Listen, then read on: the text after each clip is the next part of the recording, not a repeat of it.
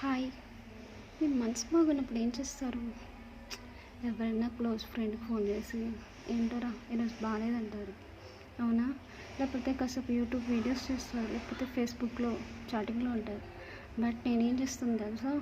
వచ్చి ఇలా మొక్కల దగ్గర కూర్చున్నట్లు అలా అబ్జర్వ్ చేస్తూ ఉంటాను. వాటితోనే మౌనంగా మాట్లాడుతూ ఉంటాను. అవి నాతో మాట్లాడుతూ ఉంటాయి. ఎందుకనంటే ఈ ప్రపంచంలో ఒక మనిషి ఇంకొక మోసం చేస్తాడేమో కానీ ఏ చెట్టు ఇంకో చెట్టుని మోసం చేయదు.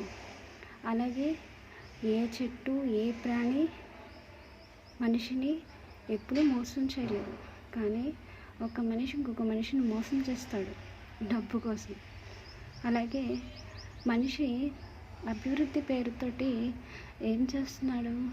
ఉన్న జంతువుల్ని చెట్లని నరికేస్తున్నాడు. కానీ మనిషికి అర్థం కావట్లేదు. అభివృద్ధి చెందుతున్నాను అనుకుంటున్నాడేమో కానీ తన కూర్చున్న కొమ్మని తనే నరుక్కుంటున్నాడు. అది అందుకనే ఏ ఫ్రెండ్కి ఫోన్ చేయండి. నాకు ఫ్రెండ్స్ కూడా పెద్దగా లేరు.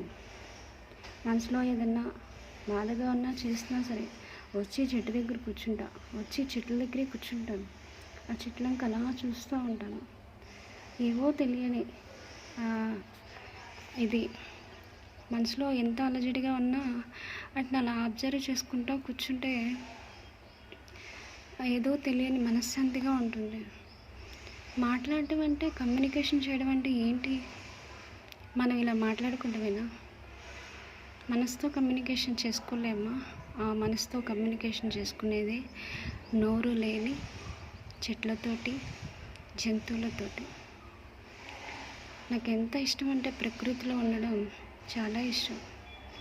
పూర్వపు రోజుల్లో సెల్ ఫోన్స్ అవి ఏమీ లేనప్పుడు హ్యాపీగా ఆ చల్లగాలి కోసం కూర్చునేవాళ్ళం, ఫ్రెండ్స్ ఆటలాడుకునేవాళ్ళం. పండుగ వచ్చిందంటే చెట్ల కిందకి పోయేవాళ్ళం. కానీ ఇప్పుడు అకేషన్ అయిపోయింది అది. ఏంటో వీలైతే మీ యొక్క పిల్లల్ని విజిటింగ్ ప్లేసెస్ అంటే పల్లెటూర్లకు తీసుకురండి. తీసుకొచ్చి ఆ పొలంలో పడే ఒక రైతు కష్టాన్ని చూపించండి. అలాగే మొక్కలు మనకి ఎంత అవసరమో చూపించండి. అప్పుడు ఇంకా పిల్లల్లో కూడా ఒక అవగాహన వస్తుంది. మొక్కలు మనం ఆక్సిజన్ రిలీజ్ చేస్తే మొక్కలు ఆక్సిజన్ రిలీజ్ చేస్తే మనం CO2 రిలీజ్ చేస్తుంది. మన CO2ని అవి తీసుకుని వాటి యొక్క O2ని మనకి ఇస్తున్నాయి. అంతేనా? మనకి కావాల్సిన ఆహార పదార్థాలు ఎన్నో ఇస్తున్నాయి. కానీ మనం డెవలప్మెంట్ పేరుతో, అభివృద్ధి చెప్పాలి అంటే పేరుతోటి మొక్కలన్నిటినీ నాశనం చేసేస్తుంది.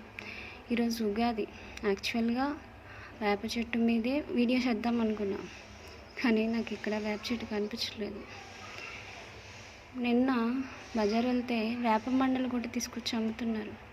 నా చిన్నప్పుడు వేప మండలు అంటే వీధికి ఒక చెట్టు ఉండేది. వీధికి ఒక చెట్టు అంటే ఇంట్లో ప్రతి ఇంట్లో ఒక చెట్టు ఉండేది. దాని నుంచి తెచ్చుకునేవాళ్ళం. ఇప్పుడు ఆ వేప మండలు కొనుక్కునే పరిస్థితి వచ్చిందనమాట. చూడండి, ఒకసారి ఆలోచించండి.